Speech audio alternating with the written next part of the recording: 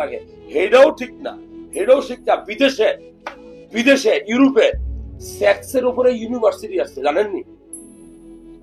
আর আমগর দেশের বেডিরা কথা কইলে শরম পায়, বেটা না জিমায়।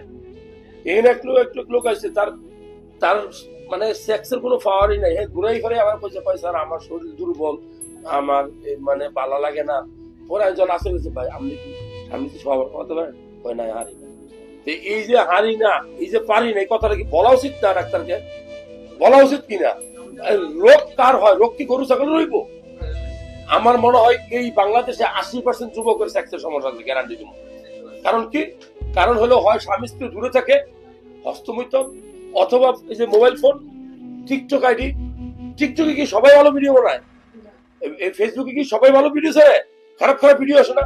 মানে একটা 22-23 বছরের ছেলে যদি বিয়ে না করে এই ভিডিও দেখে, তাহলে তার শরীরে একটা উত্তেজনা আসবে কিনা? স্বাভাবিক। তো এইটা নিয়ে যদি আমি কথা বলি, শরম।